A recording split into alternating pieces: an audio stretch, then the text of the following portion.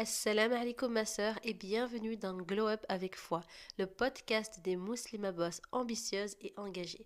Moi, c'est Sophia, mentor business et fondatrice de la Power Business Academy. Je t'aide à construire un business qui est éthique, qui te rapproche d'Allah et qui te permet de gagner de l'argent avec baraka bi-idnillah. Aujourd'hui, dans ce nouvel épisode, on va voir comment choisir ton business et le lancer avec baraka inshallah, même si tu ne sais pas par où commencer.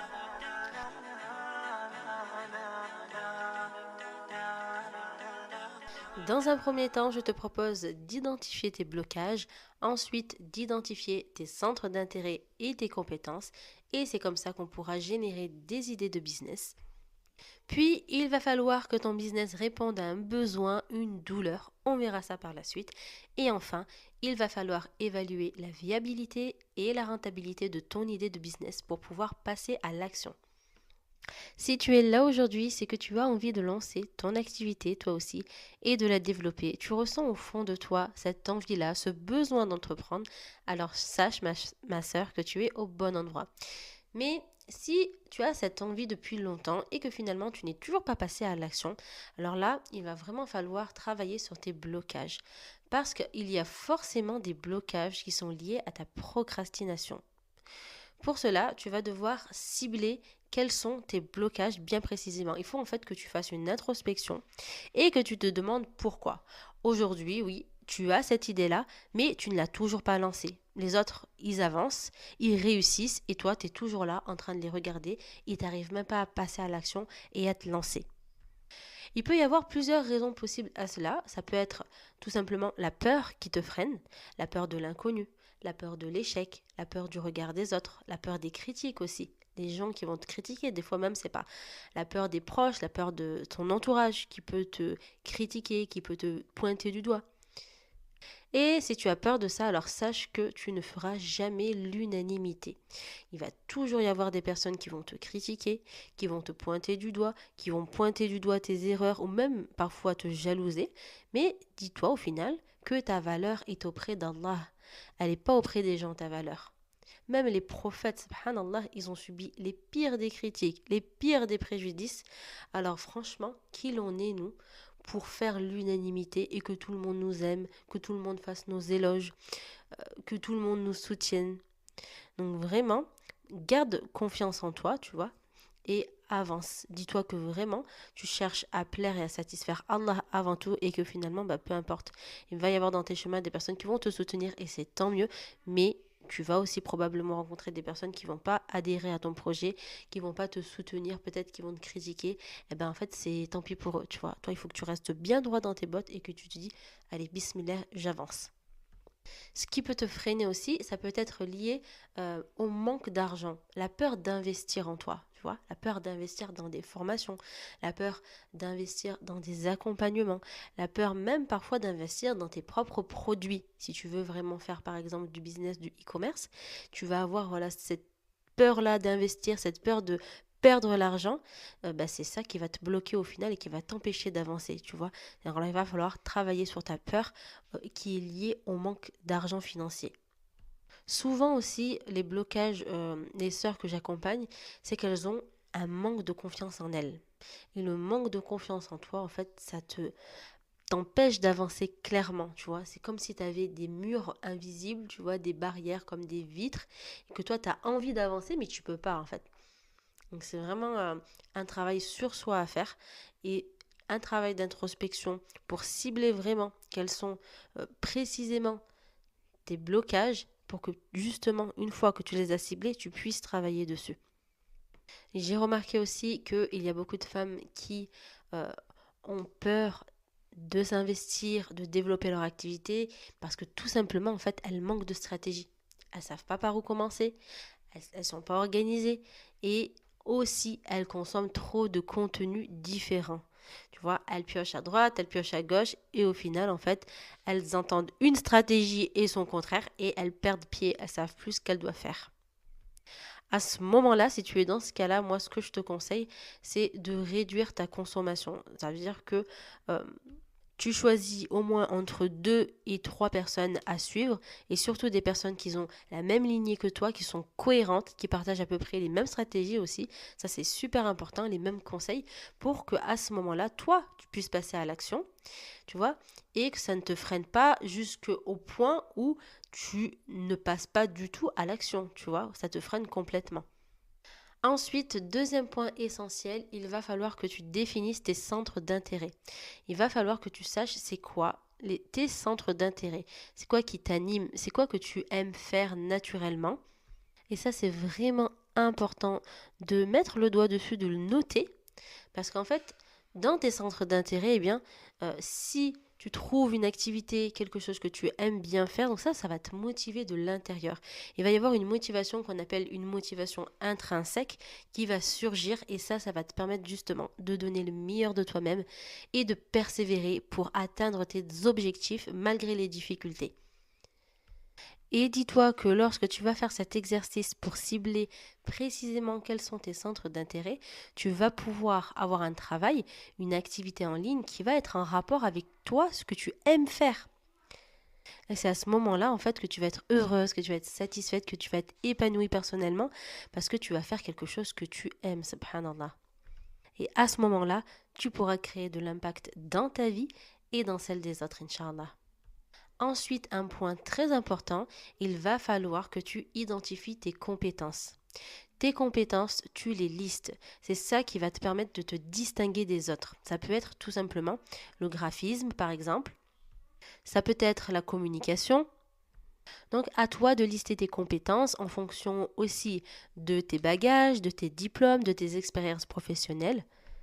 Et si tu n'arrives pas ni à définir tes centres d'intérêt, ni à définir tes compétences, à ce moment-là, c'est déjà arrivé à certaines sœurs que j'ai accompagnées malheureusement, qui ne se connaissaient pas tant bien que ça et euh, qui n'ont jamais pris la peine de se poser ces questions-là en vérité. Donc tout simplement, il n'y a pas de souci.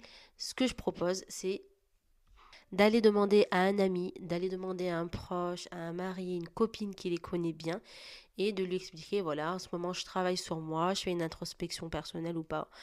Peu importe, voilà, ce que vous donnez comme raison. Cite-moi, s'il te plaît, selon toi, ce que tu vois de moi, ce que tu connais de moi, mes 5 principales compétences, par exemple, et bon, les centres d'intérêt, ça va être autre chose, mais voilà, ce qui, selon toi, ce que je préfère le plus selon toi, ce que je préfère le plus faire selon toi, et ce que je fais naturellement bien. Parfois, on a des personnes autour de nous qui nous sollicitent et nous demandent en vérité toujours les mêmes choses, mais nous, on s'en rend même pas compte. Et en fait, on ne sait pas que c'est notre zone de génie. Par exemple, regarde, si tu as une femme qui euh, me dit à chaque fois, mon entourage, mes amis, ils me contactent que pour ça. Enfin, on va dire quasiment pour ça, bien évidemment, pour demander des nouvelles quand même, etc. Mais elle me dit, voilà, ils me contactent à chaque fois qu'ils ont un voyage à faire. Ils me demandent, bah voilà, tu me conseilles quelle compagnie aérienne, tu me conseilles de faire quel circuit, d'aller visiter quel endroit.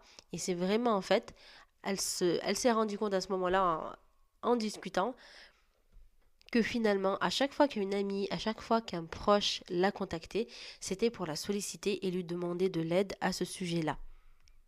Et elle aimait tellement faire ça, machallah, elle le faisait tellement naturellement que finalement, en fait, elle n'a pas vu que ça pouvait être pour elle une idée de business qui correspond à ses centres d'intérêt et à ses compétences.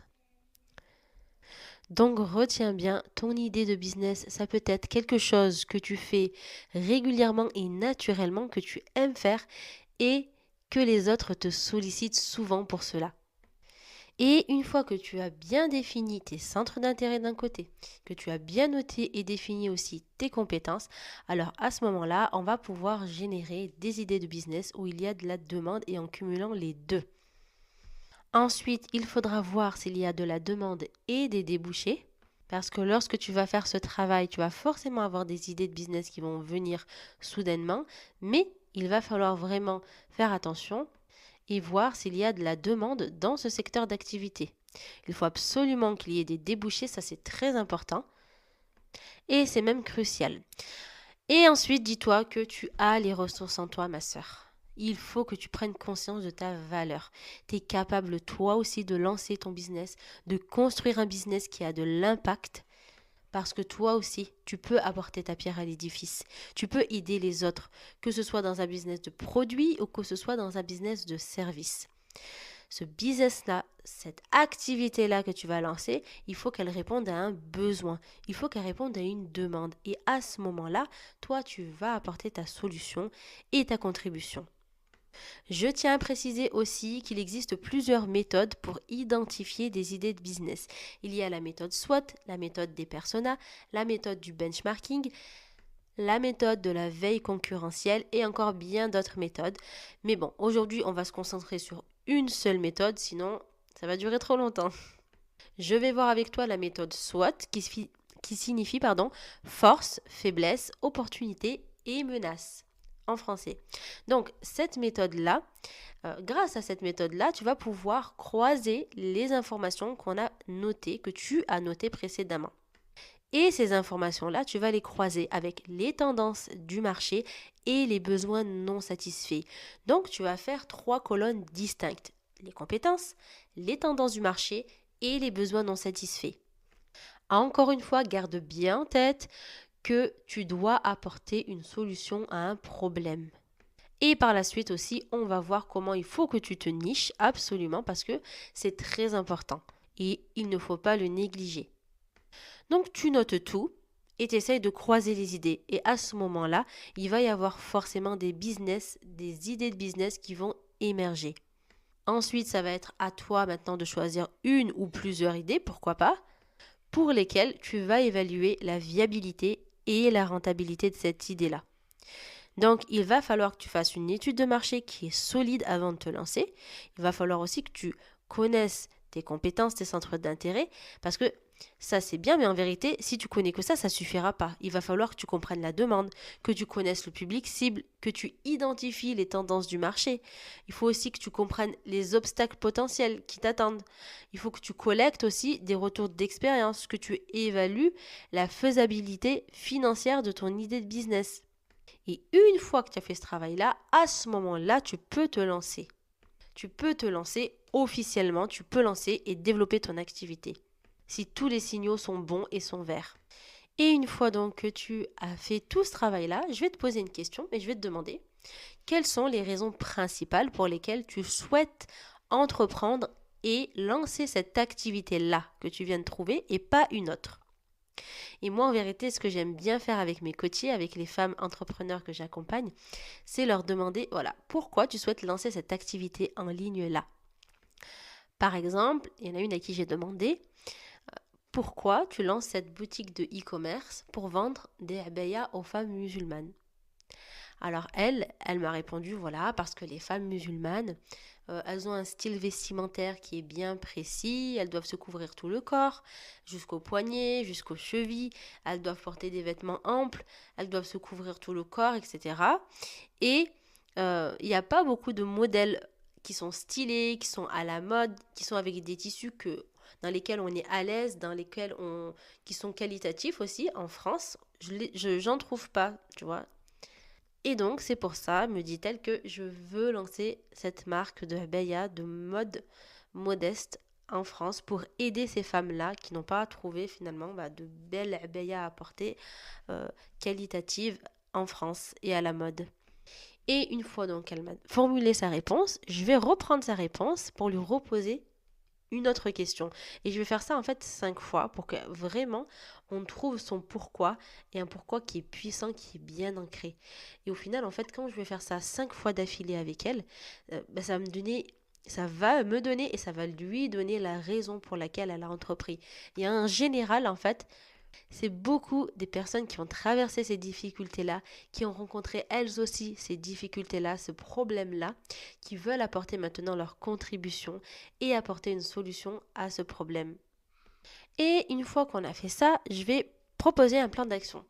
Et pour le plan d'action, il va falloir que tu fasses une auto-évaluation et que tu définisses clairement tes objectifs entrepreneuriaux.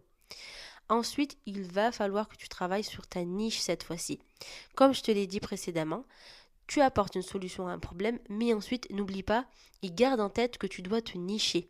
Parce qu'en fait, le fait de te nicher, ça va vraiment te permettre de toucher un marché qui est bien spécifique, un marché qui est restreint et de mieux cibler ton public. Et c'est comme ça que tu vas te spécialiser et que tu vas réussir à te démarquer.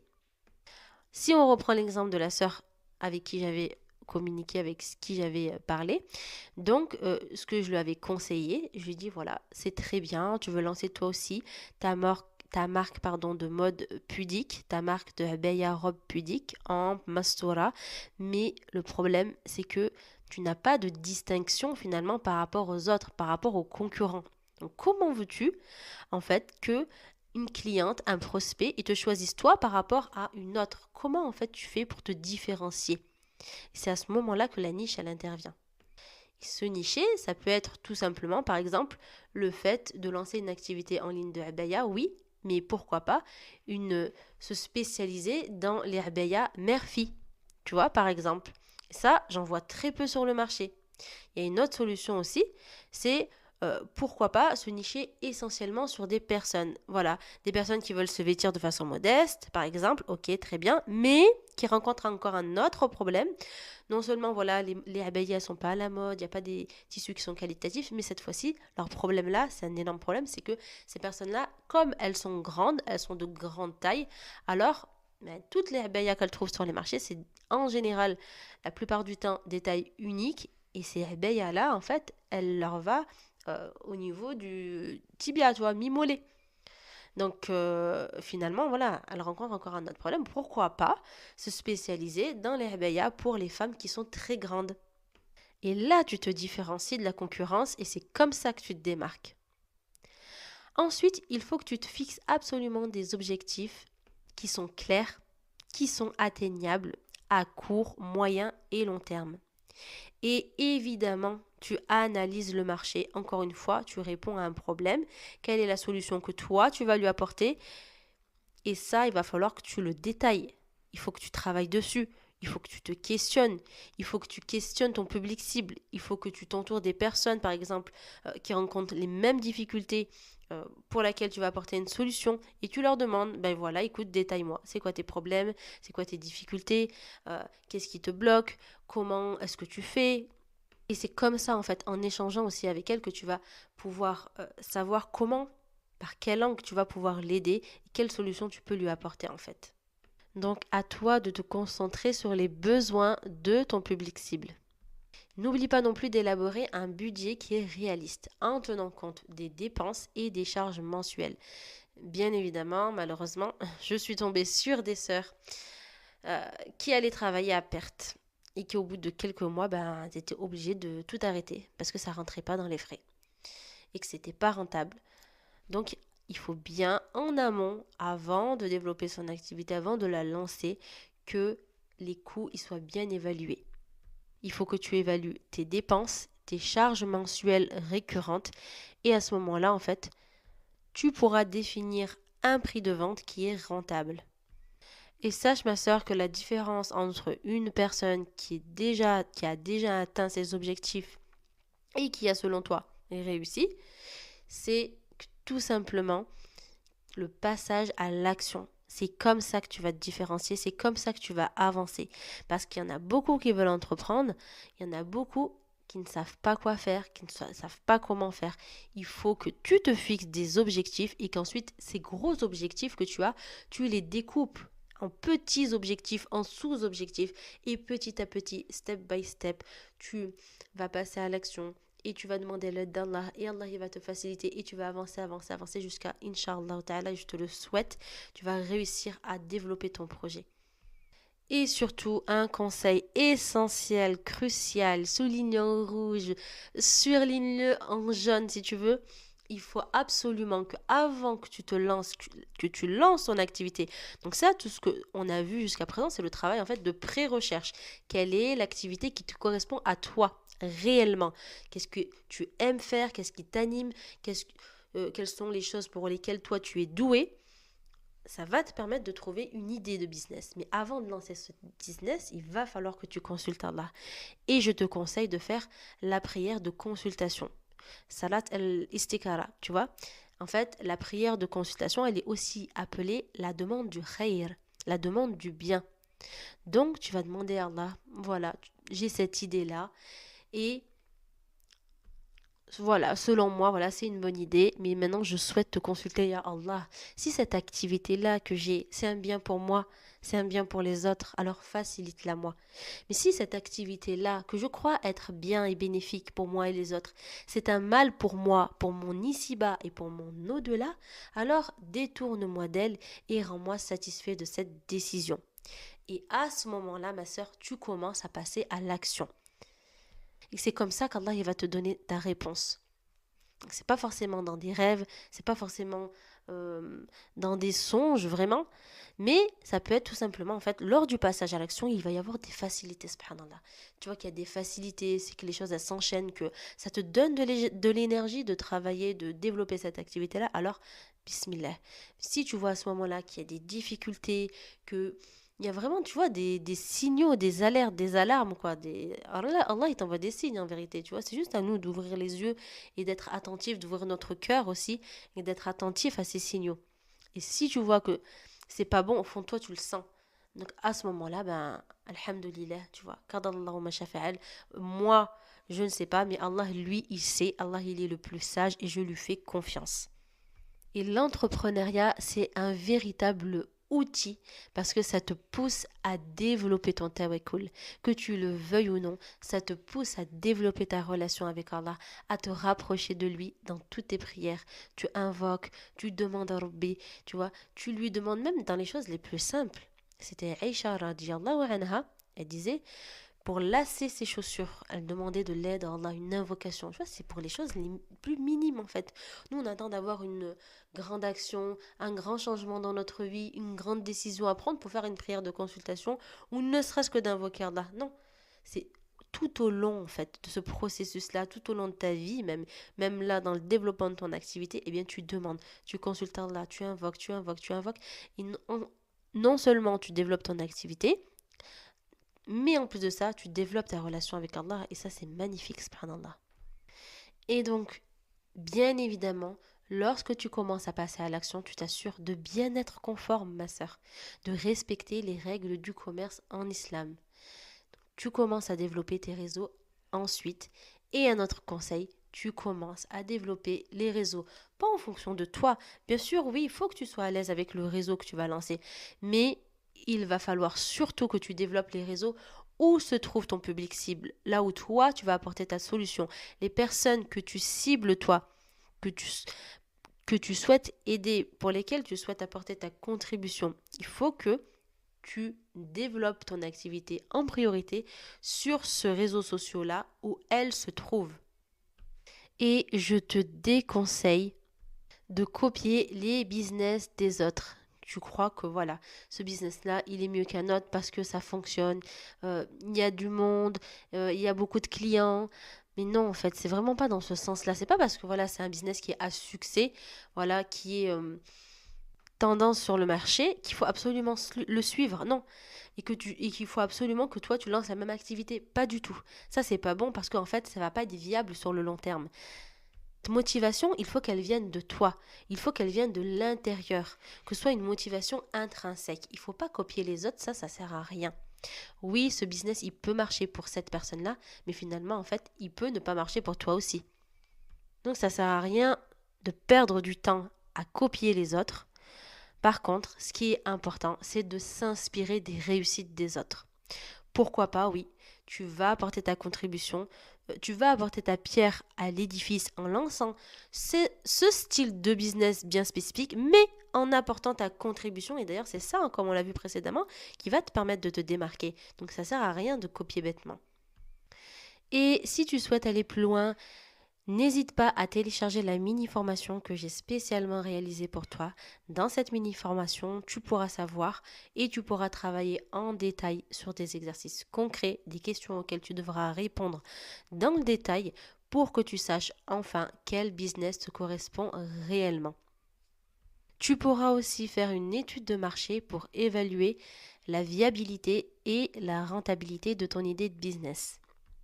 Tu pourras télécharger cette mini formation directement dans le lien sous la vidéo en description ou bien sur mon profil Instagram power.closer6 dans ma bio. Qu'Allah te facilite ma sœur, qu'il t'accorde la baraka dans tous tes projets et surtout qu'il te guide vers ce qui est le meilleur pour toi dans ce monde et dans l'au-delà bi'idnillah ya Rabbi amin. N'hésite pas à liker, commenter. On se retrouve vendredi prochain, Inch'Allah.